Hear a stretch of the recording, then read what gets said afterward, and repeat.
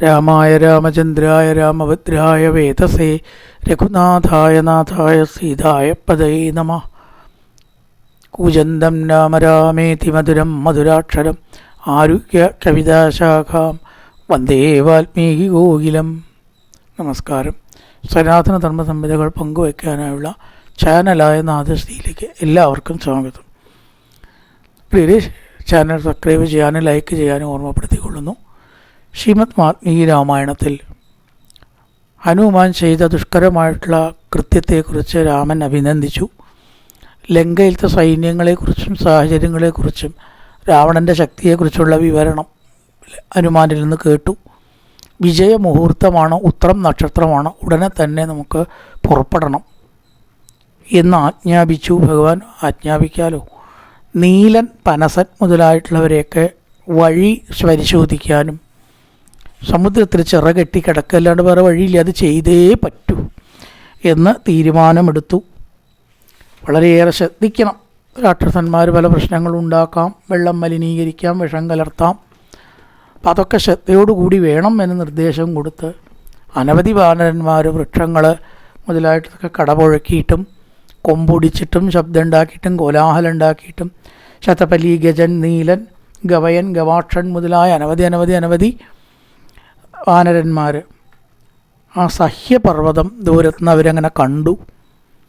എങ്ങനെയൊക്കെയാണെന്ന് വെച്ചാൽ ഒരു വലിയ സമുദ്രം അവർ കണ്ടു. ആകാശം മുട്ടത്തക്ക വിധത്തിൽ, ആകാശത്തിൽ സമുദ്രം മുട്ടി, സമുദ്രം ആകാശത്ത് മുട്ടി, രണ്ട് പറഞ്ഞാലും ശരിയാവും. അതിന് ഒന്നാമത് കണ്ടു. അത്രയുള്ളൂ. ദൂരത്തുനിന്ന് ആകാശം അങ്ങനെ മുട്ടും. എങ്ങനെ ഈശ്വര ഇത് കിടക്കും എന്ന് ചിന്തിച്ച് മരങ്ങളുണ്ട്, അവിടെ കാറ്റടിച്ചു. സിംഹം, കടുവ മുതലായിട്ടുള്ള പല ജീവികളുണ്ട്. കരയിലത്തെ ജീവികളുണ്ട്, ജലജീവികൾ കടലിലുണ്ട്. ഫലമൂലങ്ങളൊക്കെ ഭുജിച്ച് അതികോലാഹലത്തോടു കൂടിയിട്ട് ആ സമുദ്രതീരത്തെത്തി. അവിടെ മഹേന്ദ്രപർവ്വതത്തിൽ അങ്ങനെ കുടികൊള്ളുകയാണ്. ഇനി അടുത്തതായിട്ട് രാമൻ ഈ സമയത്ത് ഒന്നങ്ങനെ ദുഃഖിച്ചത് പറയണു.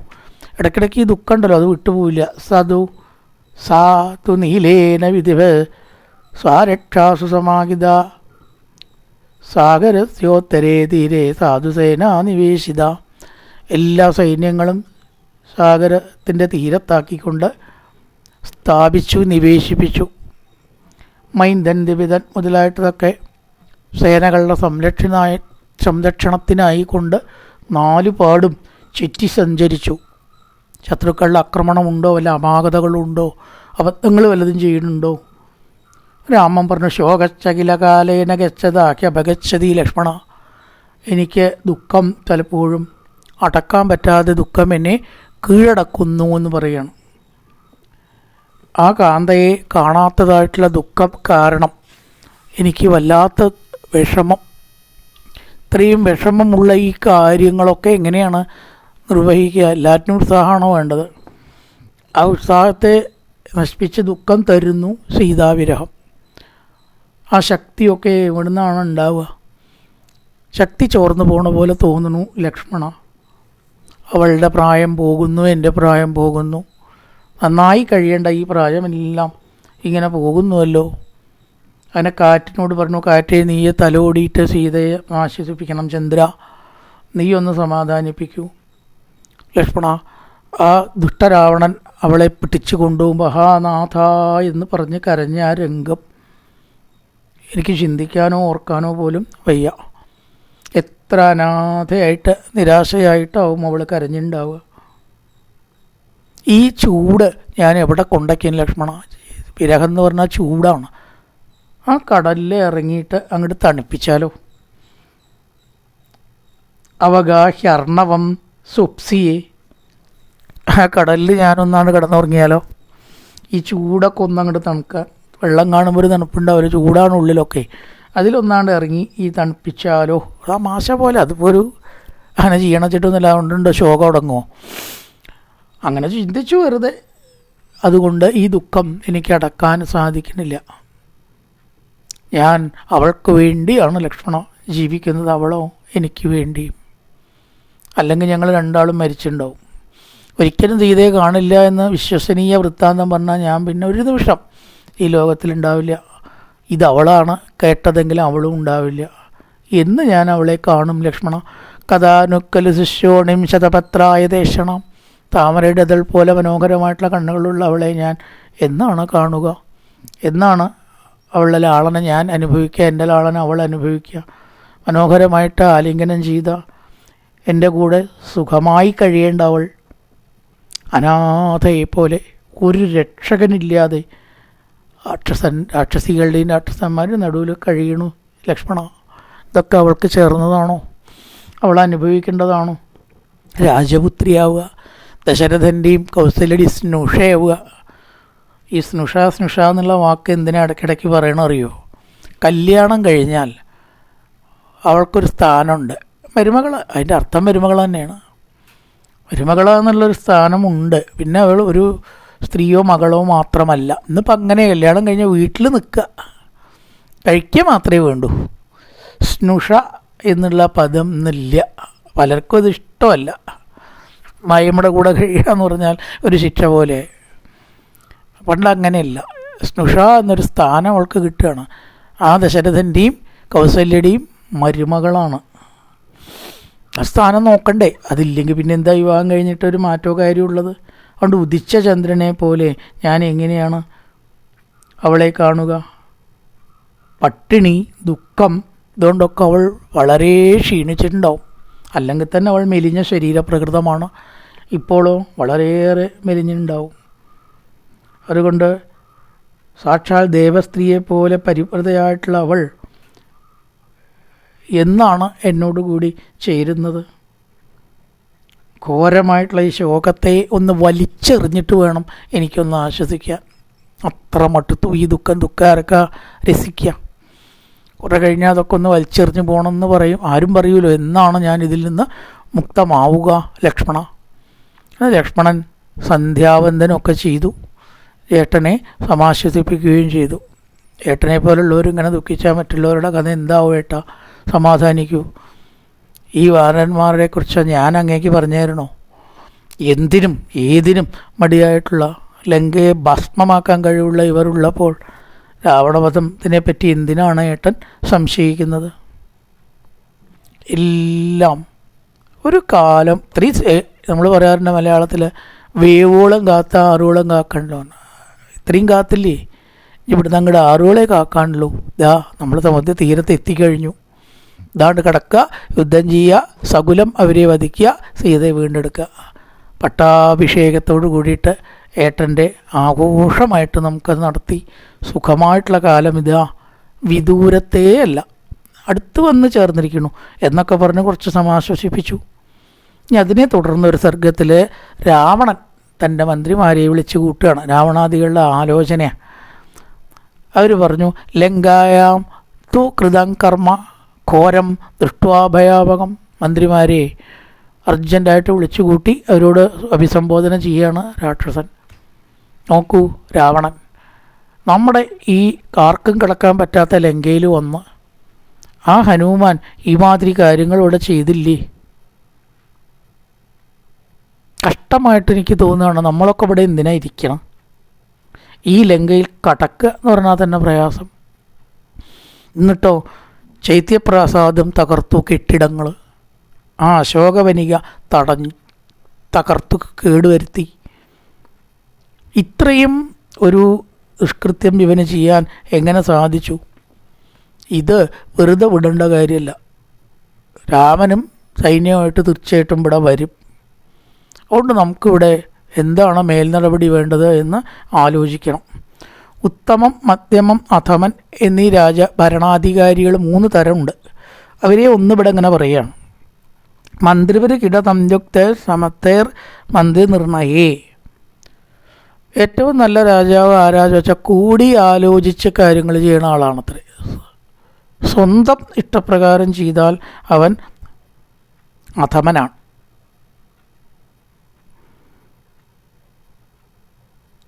ഹിതകാരികളായിട്ടുള്ള ബന്ധുക്കളോട് ആലോചിച്ച് കർമ്മങ്ങൾ ചെയ്യുക, അങ്ങനെയുള്ളവൻ ഉത്തമ പുരുഷൻ എന്ന് പറയും. ഒറ്റയ്ക്ക് ചിന്തിച്ചിട്ട് ഒറ്റയ്ക്ക് ചെയ്ത് അങ്ങനെയുള്ള ആൾക്കാർ മധ്യമനാണ്. അപ്പം ആരാണ് അധമൻ? ഒരു കാര്യത്തിലും ഗൗരവമില്ലാണ്ടിരിക്കുക.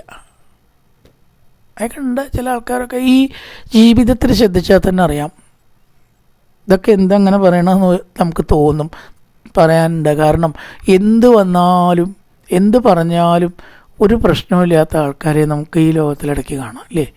അതുകൊണ്ട് എന്ത് പറഞ്ഞ് പരിഭ്രമിപ്പിക്കാൻ നോക്കി നോക്കൂ. അങ്ങനെ പരിഭ്രമെന്ന് ഒരു 4 അക്ഷരം അവരുടെ ജീവിതത്തിൽ ഇല്ലാത്ത ചില ആൾക്കാരുണ്ട്. ഒരു തരത്തിൽ ഭാഗ്യവാന്മാരാണ് നമുക്ക് തോന്നും. പക്ഷെ അങ്ങനെ പറ്റുമോ? പരിഭ്രമിക്കേണ്ടിടത്ത് പരിഭ്രമിക്കണം, ക്രിയാത്മകത വേണ്ടിടത്ത് ക്രിയാത്മകത വേണം, വേണ്ടേ? നോക്കാന്നേ. ഈ ഒരു ഉപേക്ഷാ മനോഭാവത്തിൽ ആഥമനാണ് എന്നാണ് പറയുന്നത്. ഗുണദോഷങ്ങൾ മനസ്സിലാക്കാതെ നോക്കാം, ചെയ്യാം എന്ന് യാതൊരു ഗൗരവവും ഇല്ലാത്ത ഭരണാധികാരി അധമനാണ്. കൂടി ആലോചിച്ചിട്ട് പല തലകളിൽ നിന്ന് ആശയം വരും, അവൻ ഉത്തമനാണ്. കാരണം ഒരു തലയുണ്ട് എന്തായാലും ബാധിക്കാത്ത കാര്യങ്ങൾ 4 തല കൂടിയാൽ വരും, ഉറപ്പാണത്. അതിനെ നമുക്ക് തള്ളിക്കളയാൻ കഴിയില്ല. അവനാണത്രേ ഉത്തമൻ. 4 തലയും കൂടി ആയിക്കോട്ടെ, അതിനെന്താ തെറ്റ്? ഇപ്രകാരം ആലോചിക്കുന്നവൻ ഉത്തമൻ. അപ്പം മധ്യമൻ സ്വയം ചിന്തിക്കുന്നവൻ. എന്താ അർത്ഥം? അവൻ്റെ ഒരൊറ്റ ചിന്തയെ ശരിയുള്ളൂ എന്ന് വിചാരിക്കണവർ. അവൻ ചിന്തിച്ചത് മാത്രം ശരി, അതിലപ്പുറം ഈ ലോകത്തിൽ പ്രളയം വന്നാലും ഒന്നുമില്ല എന്ന് വിചാരിക്കുന്നവൻ മധ്യമനാണ്. പരിഹാരമൊക്കെ കാണും, പക്ഷെ താൻ വിചാരിക്കുന്ന രീതിയിൽ മാത്രമേ ചിന്തിക്കൂ. മറ്റൊരാളുടെ ഒരു നിർദ്ദേശമോ ഒരു ഉപദേശമോ ഒരു അഭിപ്രായമോ എടുക്കാത്തവൻ മധ്യമനാണ്. ഒരു കാര്യത്തിലും ഗൗരവതയേ ഇല്ലെങ്കിലോ അവൻ അധമനാണ്. അതുകൊണ്ട് നമ്മൾ ഇവിടെ 1ാമത്തെ വിഭാഗത്തിൽ തന്നെ വരാൻ ആഗ്രഹിക്കണു. നമ്മളെല്ലാവരും കൂടി ആലോചിച്ചിട്ട് കാര്യങ്ങൾ ചെയ്യുന്നതാണ് നല്ലത്. ഒക്കെ നന്നായിട്ട് ആശയമൊക്കെ പറയും ഇടയ്ക്കൊക്കെ, കേട്ടോ.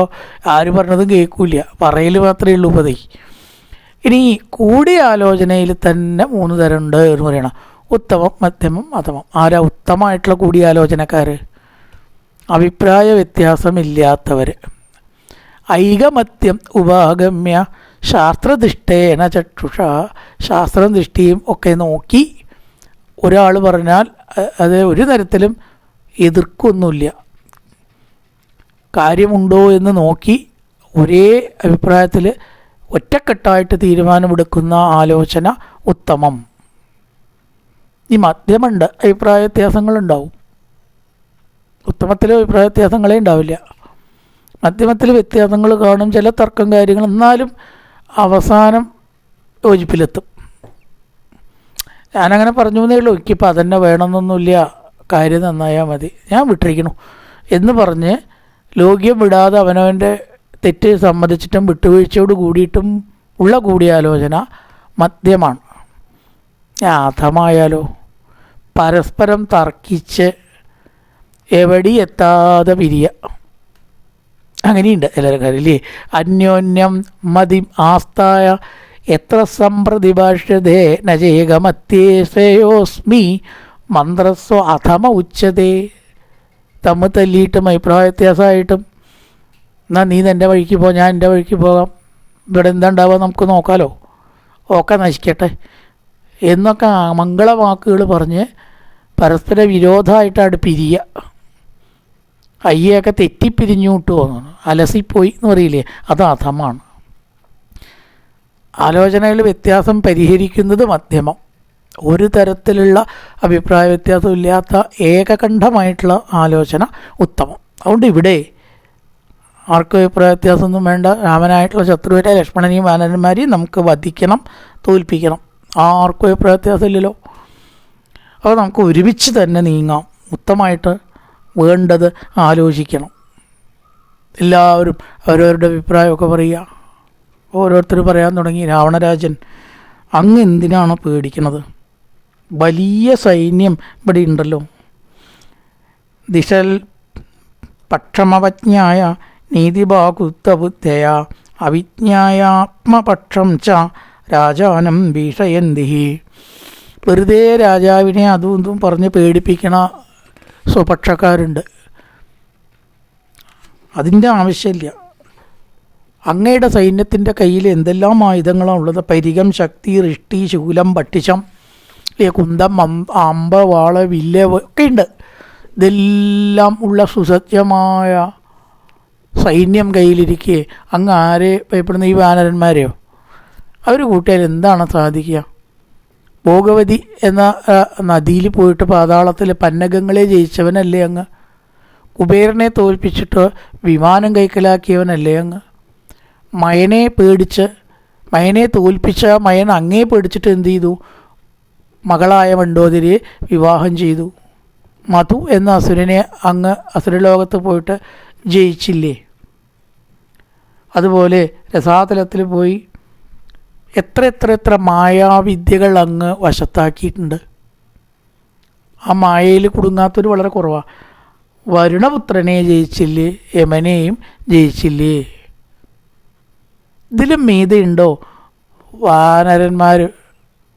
അതുപോലെ ഒരു രാമനും ഒരു ലക്ഷ്മണനും. ഇന്നത്തെ ഭാഷയിൽ പറയാന്ന് വെച്ചാൽ അവരും ഇങ്ങോട്ട് വരട്ടെ, പോയി പണി നോക്കാൻ പറയാം. എവിടേക്കെങ്കിലും എത്തുമോ? അങ്ങയുടെ ശക്തി ചിന്തിച്ചാൽ അവർ ഒരു 2 മനുഷ്യരും ഇത്രയും വാനരന്മാരും കൂട്ടിയാൽ എന്താണ് രാവണരാജൻ കൂടുക? ഇന്ദ്രജിത്ത് അങ്ങയുടെ പുത്രൻ ഒരാൾ പോരെ ഈ വാനരന്മാരെയൊക്കെ ഇല്ലാണ്ടേക്കാൻ? എന്താ കാരണം? മഹേശ്വര യജ്ഞം ചെയ്ത് വരങ്ങൾ കൈക്കലാക്കി ബ്രഹ്മാവിൽ നിന്ന് വരം വാങ്ങിയ ആളാണ് ഇന്ദ്രജിത്ത്. ആരെയും ബ്രഹ്മാസ്ത്രം കൊണ്ട് ബന്ധിക്കാൻ സമർത്ഥനാണ്. ഇന്ദ്രനെ തോൽപ്പിച്ച് ഇവിടെ കൊടുന്നു എന്നാണ് ലങ്കയിലേക്ക് കെട്ടിയിട്ടേ. ബ്രഹ്മാവ് പറഞ്ഞിട്ട് അത്രേ വിട്ടത്. ആ വീട്ടേക്ക് ഇന്ദ്രനല്ലേ രാവണ. ഇന്ന് ഈ ഇന്ദ്രൻ പോയിട്ട് കാല് പിടിച്ചില്ലേ അങ്ങയുടെ? ഇന്ദ്രൻ വന്നിട്ട് അങ്ങയുടെ കാല് പിടിക്കണമെങ്കിൽ ഇന്ദ്രജിത്ത് എത്ര കേമന. അപ്പോൾ ഇവരൊക്കെ ഉള്ളപ്പോൾ അങ്ങ് ആരെയാ പേടിക്കണം എന്ന് ധൈര്യം കൊടുക്കുകയാണ്. അങ്ങ് ഒന്നും സംശയിക്കണ്ട. ഹൃതി നൈവത്തയാ കാര്യ തം വധിഷ്യസിരാഘവം. രാമലക്ഷ്മണന്മാരെ തീർച്ചയായിട്ടും അങ്ങ് വധിക്കും, കൊല്ലപ്പെടും. ഈ രാമനും ഇല്ല ലക്ഷ്മണനും ഇല്ല, അവരുടെ ദിനങ്ങൾ എണ്ണപ്പെട്ടു എന്ന് അങ്ങാണ്ട് കൂട്ടുക. എന്താ പറയുള്ളത്? അപ്പോൾ ദുർമുഖൻ, വജ്രദംഷ്ട്രൻ, അതുപോലെ തന്നെ നികുംഭൻ മുതലായിട്ടുള്ള രാക്ഷസന്മാരൊക്കെ ഇതേപോലെ പ്രഹസ്തൻ തൊഴുതും കൊണ്ട് പറയണം. ദേവന്മാരും അസുരന്മാരും ഗന്ധർവന്മാരും പിശാചുക്കളും പക്ഷികളും മൃഗങ്ങളും ഒക്കെ അങ്ങയെ ആക്രമിക്കാൻ ശക്തരല്ല രാവണരാജാവേ. ഇവരാൽ കഴിയാത്തതുണ്ടോ രാമലക്ഷ്മണന്മാർക്കും വാനരന്മാർക്കും കഴിയുക? എന്ത് ഹനുമാൻ? നമ്മൾ അത്രമാത്രം ജാഗരൂകത ഇല്ലാത്തത് കൊണ്ട് അവൻ ഇവിടെ എന്തൊക്കെയോ കാട്ടിക്കൂട്ടി വാനര സ്വഭാവം കൊണ്ട്. ഇവിടെ ഏതെങ്കിലും വല്ലാതൊന്നും അവന് ചെയ്യാൻ പറ്റിയില്ല. ഇന്ദ്രജിത്തിനെ കൊന്നോ? ഇല്ലല്ലോ. അക്ഷകുമാരൻ അത്ര പ്രിപ്പയർഡ് അല്ലാത്തതുകൊണ്ട് വേണ്ടത്ര ജാഗരൂകത അവൻ കരുതിയിരുന്നെങ്കിൽ അവനെയും ഹനുമാൻ കൊല്ലില്ലായിരുന്നു. ഇന്ദ്രജിത്തിനെ കൊന്നില്ല. വേറെ ആരെങ്കിലും കൊന്നോ? പഞ്ചസേനാപതികളെ കൊന്നു, ശരിയാണ്. അതൊക്കെ നമ്മുടെ ഉപേക്ഷ കാരണം വന്നതാണ്. ഇനി അങ്ങനെ ഒന്നും സംഭവിക്കില്ല. അവൻ്റെ കഥ കഴിക്കാന്നേ, പിന്നെ പേടിക്കാണ്ടോ? നമ്മളൊക്കെ കൂട്ടിയാൽ അവനെ വധിക്കാൻ പറ്റും. അങ്ങ് ദുഃഖിക്കുകയും വേണ്ട, ചിന്തയും വേണ്ട. ദുർമുഖൻ പറഞ്ഞു, വളരെയധികം അക്ഷന്തവ്യമായ തെറ്റാണ് ഹനുമാൻ ചെയ്തത്. നമുക്കൊക്കെ അപമാനകരമായിട്ടുള്ളതാണ്. അതുകൊണ്ട് അവനെ നമുക്ക് തീർച്ചയായിട്ടും നേരിട്ടേ പറ്റൂ, നേരിടണം എന്ന് ദുർമുഖം പറഞ്ഞു. ഇപ്പോൾ വജ്രദംഷ്ട്രൻ പറഞ്ഞു, അവൻ്റെ ആ പരിഘത്തിൽ മാംസവും രക്തമൊക്കെ ഉണ്ട്. പലരെയും കൊന്നിട്ട് ക്രൂരകർമ്മങ്ങൾ ചെയ്തിട്ടുള്ളതിൻ്റെ അടയാളം ആ പരിഘത്തിൽ ഇങ്ങനെ പറ്റി പിടിച്ചിട്ടുണ്ട് രക്തമൊക്കെ. അവൻ പറഞ്ഞു, രാമൻ ഇല്ലാതാവാൻ എൻ്റെ ഈ പരിഘം മാത്രം മതി രാജാവേ. ഇതുകൊണ്ട് അടിച്ച് രാമലക്ഷ്മണന്മാരെ ഞാൻ കൊല്ലാം. അവൻ്റെ എല്ലാ പരിഘമാണുള്ളത്. ചിലർ പറഞ്ഞു ചതിപ്രയോഗം ഇവിടെ വേണ്ടി വന്നാൽ നമുക്ക് ചെയ്യണം എന്ന് ഹനു എന്ന് പറഞ്ഞിട്ടുള്ള ഒരു അസുരൻ ചെയ്തു. നീ കുംഭകർണൻ്റെ മകനാണ്, ഞാൻ രാമലക്ഷ്മണന്മാരെ കൊല്ലാൻ ധാരാളം ഞാൻ മതി എന്ന് പറഞ്ഞു. അപ്പോൾ വജ്രദംഷ്ട്രൻ പറഞ്ഞു, നേരാൻ വഴിക്ക് പറ്റില്ലെങ്കിൽ നമുക്ക് ചതി പ്രയോഗിച്ചിട്ട് അവരെ കൊല്ലണം. എന്താ അത്? നമ്മൾ കുറേ ആൾക്കാർ മാനുഷ വേഷം ധരിക്കുക, കണ്ടാ രാക്ഷസന്മാരാണെന്ന് ഒരിക്കലും അവർക്ക് തോന്നരുത്. ഭരതൻ്റെ സൈന്യമാണ്, നിങ്ങളെ രക്ഷിക്കാൻ വന്നതാണെന്ന് ധരിപ്പിക്കുക. എന്നിട്ടോ ചതിപ്പെടുത്തി അവരെ വേണ്ട പോലെ കൊല്ലുകയും ചെയ്യാം. അതിനും നമ്മൾ മടിക്കേണ്ടതില്ല. ഏത് വിധേനയും വിജയം നമുക്ക് കൈവരുത്തണം. ഏവം ചേത് ഉപസർപ്പേതാമനയം രാമലക്ഷ്മണൗ അവശ്യം അപനീതേന ജഗതാം ഏവ ജീവിതം. അങ്ങനെ അവരുടെ ജീവിതം നമുക്ക് അവസാനിപ്പിക്കാം. പ്രേക്ഷിത ഭരതേനസ്മപ്രാതാതവയബീയസ. രാമൻ്റെ സഹോദരനായിട്ടുള്ള ഭരതൻ അയച്ച സൈന്യമാണ് ഞങ്ങൾ എന്ന് നുണ പറഞ്ഞ് വേഷപ്രച്ഛന്നരായിട്ട് പോവുക. അപ്പോൾ നമ്മൾ പറയണത് അവർ വിശ്വസിക്കുക, അവരെ ചതിയിൽപ്പെടുത്തി. അങ്ങനെയും വഴിയുണ്ട്, വേണമെങ്കിൽ കൊല്ലാൻ. ഇങ്ങനെ ഏതെങ്കിലും ഒരു മാർഗത്തിൽ നമ്മൾ ഹനു എന്ന രാക്ഷസനും പറഞ്ഞു, സന്താപം കളയൂ, സുഖമായിട്ട് എന്താ ഭക്ഷണമോ മദ്യമോ കഴിച്ച് അങ്ങ് സമാധാനിച്ചിരിക്കൂ. ഹനു എന്ന രാക്ഷസൻ പറഞ്ഞു, ഒന്നും അങ്ങ് വിഷമിക്കേണ്ട, ഒരു ഭാഗത്ത് അവിടെ ഇരുന്നോളൂ, ഞങ്ങളൊക്കെ ഇവിടെ ഇല്ലേ. അതുകൊണ്ട് തീർച്ചയായിട്ടും രാമലക്ഷ്മണന്മാരെ വകവരുത്താനും വേണ്ട പോലെ നേരിടാനും ഞങ്ങൾ വിചാരിച്ചാൽ നടക്കും എന്ന് പറഞ്ഞ് ഹനുവും സമാധാനിപ്പിച്ചു.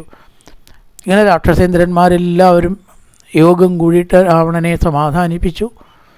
ഈ സമയത്ത് വിഭീഷണൻ തൻ്റെ അഭിപ്രായം തനിക്ക് പറയണല്ലോ, പറയുകയാണ്, ഏട്ടൻ്റെ ആ മാർഗങ്ങളൊക്കെ ഇപ്പോൾ പോകുന്നത് വളരെ തെറ്റാണ് എന്ന് പറഞ്ഞ് തൻ്റെ അഭിപ്രായ പ്രകാരം ഇതിൽ നിന്ന് പിന്മാറുകയായിരിക്കും ലങ്കയുടെ രക്ഷയ്ക്ക് നല്ലത് എന്നുള്ള അഭിപ്രായം പറയുന്നു. രണ്ട് സർഗത്തിലായിട്ട് വിഭീഷണൻ്റെ ഹിതോപദേശമുണ്ട്, അഭിപ്രായമായിട്ടുള്ള പറച്ചിലും.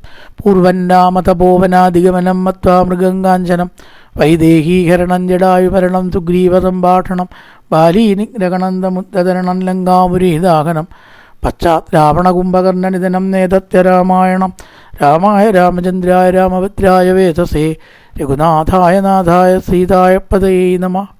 ഓം പൂർണ്ണമദ പൂർണ്ണമിദം പൂർണ്ണാൽ പൂർണ്ണമുദച്യതേ പൂർണ്ണസ്യ പൂർണ്ണമാദായ പൂർണ്ണമേവാവശിഷ്യതേ. ഓം ശാന്തി ശാന്തി ശാന്തി. ഹരി ഓം ശ്രീ ഗുരുഭ്യോ നമഃ. ഹരി ഓം.